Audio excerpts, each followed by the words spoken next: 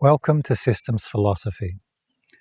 In this episode, I'm going to take a break from the series that I've been slowly building into the long story of history of life on Earth, which is our own history, trying to draw the common thread of systems dynamics through that story. I was thrilled to find out recently that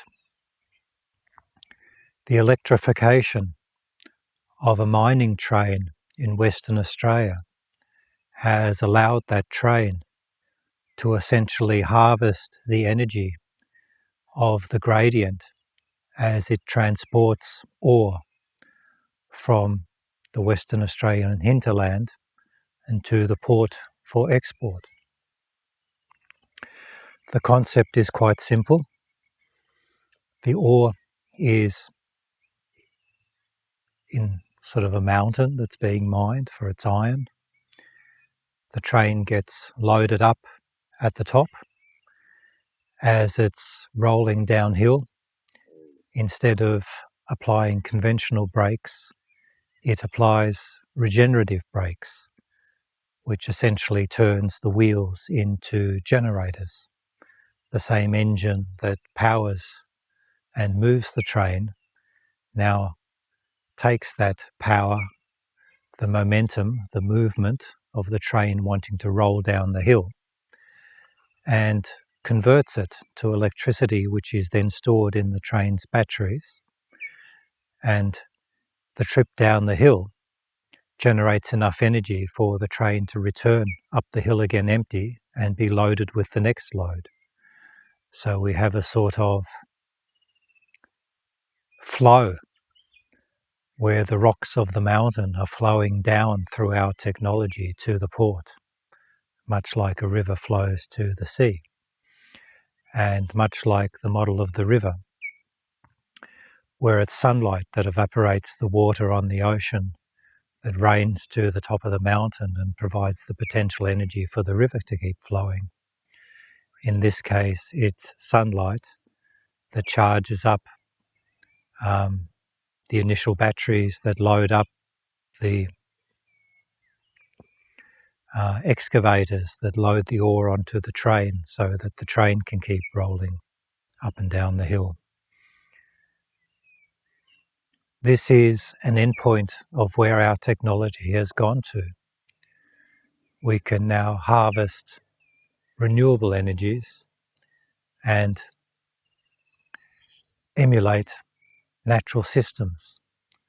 I thought that was a beautiful symmetry with which to start a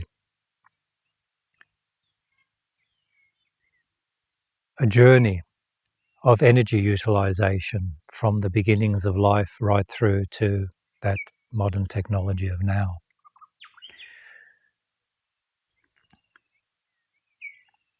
Single-celled life in the early Earth, around 3.5 billion years ago, harvested, and this is all theoretical of course, but it was anaerobic, so it harvested chemical energy, as it does now, but the chemical energy is first created through photosynthesis now. So the bottom of the entropic food chain is harvesting of solar energy. Early life hadn't yet invented photosynthesis. So the earliest types of energy is the energy that naturally flows in the environment. The Earth, through the energy that formed the solar system and its cooling, has crystallized different types of rocks. Through the natural weathering, the solar energy that does drive the water cycle, we get chemical gradients in shallow ponds and lakes, salts and dissolved minerals that can react with rocks. Even now, the great mountain ranges that are thrust up by the tectonic plate motions powered by the thermal convection of the radioactive decay heating the core of our planet, which still then dissolves those mountains through carbolic acid, carbon dioxide dissolved in water, in the rain droplets that dissolve the minerals in rocks and take them down into the sea. Those very chemical processes, the chemical reactions that occur naturally, were the foundations of how we believe life started.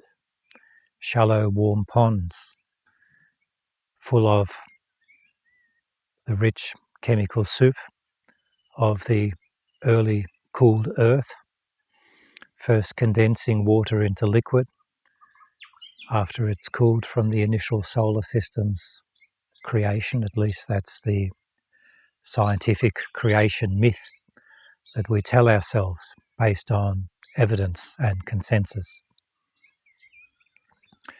Created chemical potential, energy that can be harvested, and much like the gravitational potential is being harvested by those electric trains to keep running, the chemical potential was harvested for chemical reactions that ultimately led to the first living organism.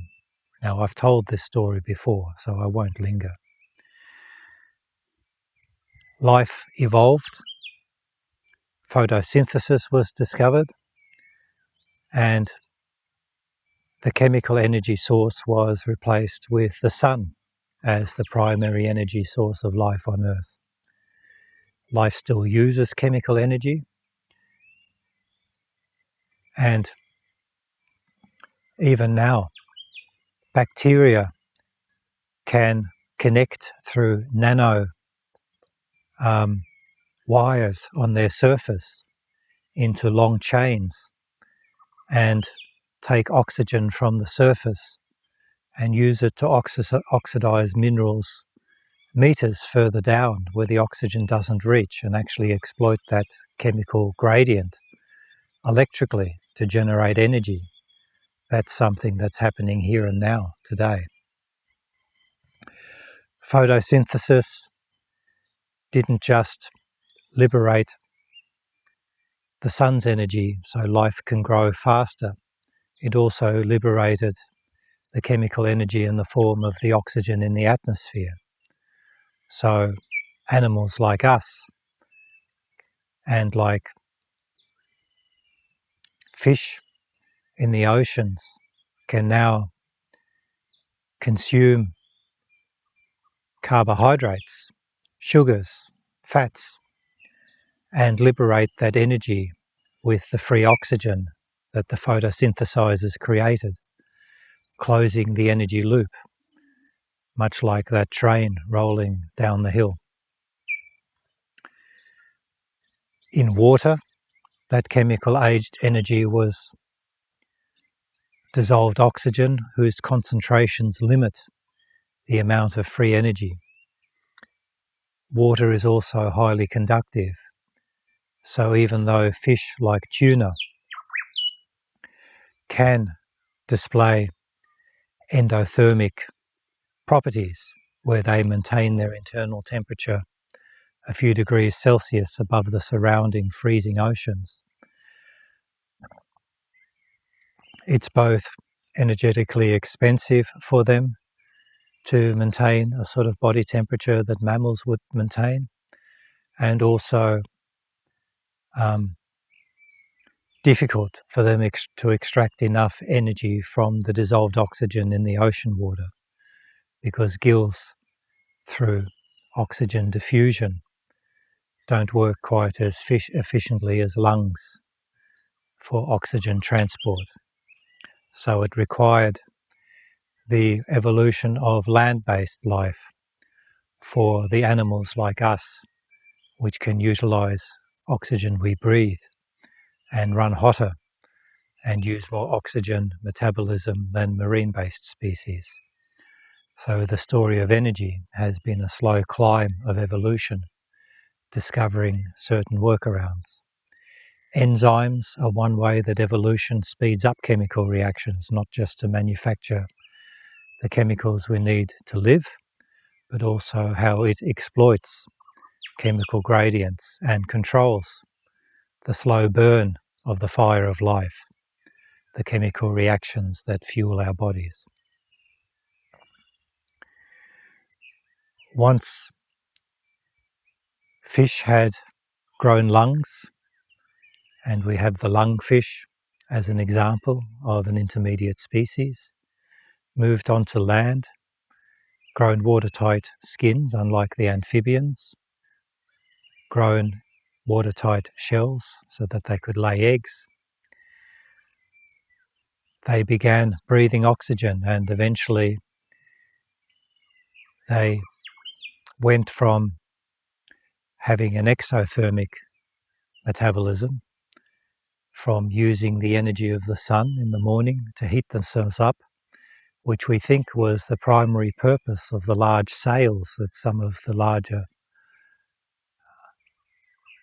reptiles had in the pre-dinosaur era. They were the sail-backed lizards. And large body shapes also help to conserve heat between day and night, because the ratio of body volume to surface area grows with size. So the bigger the animal, the slower it heats up and cools down. So you sort of buffer the daily heating and cooling. And with a sail, you can turn the sail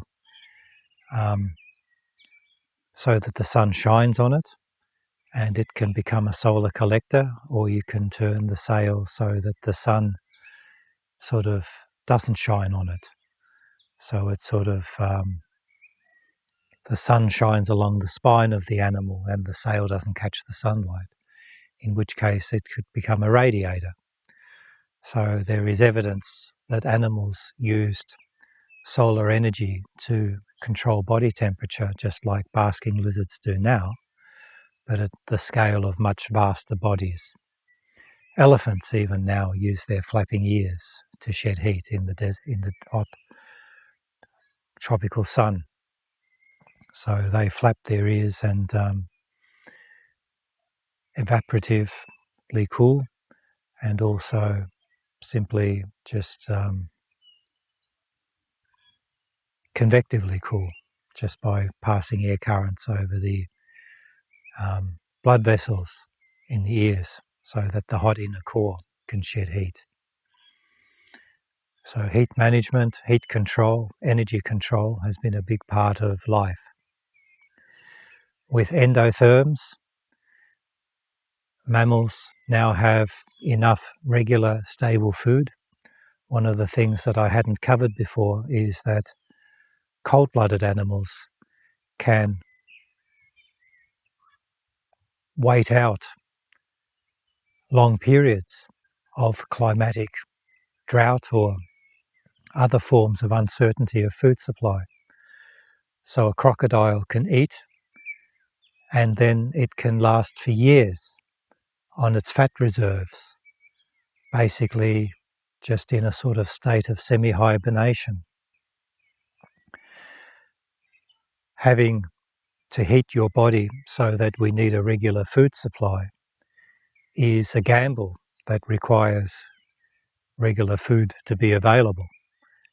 So the ecology of the land needed to become complex enough and stable enough in the form of forests and prairie ecosystems for that to be viable. So again, we have energy coming into the equation, this time in terms of available food in the environment. Humanity then exploited the energy that's locked up in the wood of plants, the cellulose fibre that is slowly broken down and digested by fungal decay and by ruminants in their stomachs, and slowly oxidizes if it doesn't get eaten, turning grey in the desert sun. So through fire, we tapped into an energy source. That wildfire was already combusting through lightning strikes and natural sources of fire, natural ignition points, but we controlled it. So through humans, ecology managed to tame fire. So fire started cooking, started baking clay vessels, started transforming ores and smelting metals, zinc, copper, brass, bronze, iron, mercury, a whole range of inorganic chemistry has been opened up by human mastery of fire. That was the primary energy source. We hunted with it, we lit our nights with it, we keep ourselves warm with it. Fire was a huge breakthrough for humanity in terms of opening up technological possibilities, even if we consider the primitive Stone Age humans as having been fairly limited in what they put fire to use with. Later on, as our technology advanced, we started harvesting other energy sources, water mills, windmills. Renewable energies were already part of the mix long before the current era. Fire was first used in an engine that we know of, in the steam engine, and that kickstarted the industrial age. Before then, humanity relied on another energy source, that of domesticated animals. Horses to ride, oxen to pull ploughs, and to turn water wheels that pumped irrigation systems, mules and donkeys. Transport, commerce, farming, agriculture. The energy of life was not just human muscle power, but animal muscle power. And that was enough. Animals reproduced themselves, we could feed them from the environment. So fire had its role in blacksmiths' forges and in the iron furnace, converting and firing clays and bricks, making charcoal, cooking our food. So fire technology has a long history in civilization. But with the mastery of iron came the steam engine, came the Industrial Revolution. The last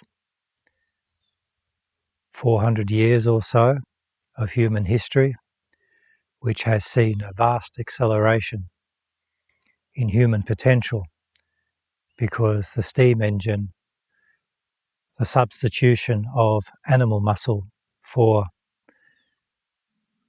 fire energy, the heat converted into motion, into usable work, into tractors and pumps and looms and mills. That is what unlocked the entire industrial age. From there, we have coal substituting for wood as a fossil fuel, then oil, then gas, and we had coal gas probably around the same time as oil, so they're not necessarily stacked quite at that same speed. But each of these are sort of substitutions for the original source of flame, the source of fire that fueled our world. In terms of energy sources, in terms of the fundamental fuel of life, we started to build a technological ecology whose fuel was fire, but still relies on the oxygen liberated in the atmosphere by living systems. thanks to breakthroughs in physics in the 20th century, we had two simultaneous discoveries come from quantum mechanics. One is the photoelectric effect, which was discovered in the late 19th century and ultimately has given us solar panels, which utilize the photoelectric effects and semiconductors. There's another quantum technology breakthrough.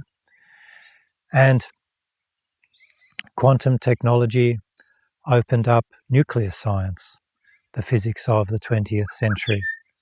And so we have also started to utilize the energy potential locked up at the atomic level in fission, especially fission of materials such as uranium and the atomic bomb and nuclear energy, rarer man-made fissile products like plutonium and thorium, which is common, and through radioactive chemistry, if you like, transmutation, thorium can be transmuted into uranium and become another abundant fuel source. So our energy landscape continues to open up. We see our technology becoming uncoupled from the energy of the environment, from the energy of the horse and cart, of the oxen and the plough, that kept our agricultural societies linked to the productive capacity of the land. Now, thanks to the unlock of deep geological energy stores, we have begun to build a technological ecology. We now have solar cells that can be used in refining iron ore to produce what's called green iron, the reducing agent being hydrolyzed hydrogen produced by electrolysis of water to separate hydrogen and oxygen directly from sunlight using solar panels. Technology has begun to open up new energy pathways that can bypass biology completely. We are slowly edging towards a separate technological ecology. We still have human minds and human bodies operating the factories and designing the machines, building the machines. But more and more, just like human labour was substituted by animals and is now substituted by pneumatics, hydraulics, electric motors and actuators, we now have human intellectual work becoming augmented and increasingly substituted from the abacus to the mechanical adding machine to the first computers and spreadsheets and now to artificial intelligence. So I can see a new ecology starting to form, a new bypassing, like that train that uses the potential energy of the ore to transport it down the hill, the equivalent of the ore intelligently just rolling up and down the intermediate hills and flowing down like a river flows to the sea. The same physical forces of gravitational potential being extracted for motion is now technologically mediated. And I think that was the whole theme that I wished to explore today. The systems philosophy, the systems dynamics of living systems exist as energy dissipating structures without an energy gradient, obeying the laws of thermodynamics, doing work by dissipating more energy than the work that you recover, because you can never be 100% efficient in terms of energy. I'm thinking transmutation, but it's conversion, energy conversion.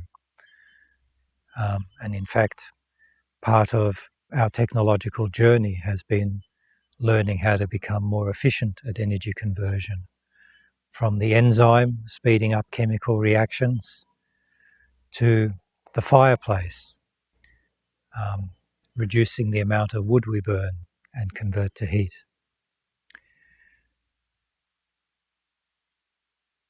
The system's dynamics run on energy dissipation. Just like that marvellous new electric train that dissipates the gravitational energy stored in the ore on the mountain, lifted up through tectonic plate motion, and through our technology transports it to the shore. I think that's it for today. This is a different sort of paradigm on the systems, the lens of energy. Energy unlocks in photosynthesis, energy unlocks in fire, energy unlocks in terms of solar panels, a sort of non-biological photosynthesis that converts the energy of the sun directly into electricity, and instead of storing it as biological chemicals, fats and carbohydrates, it's stored as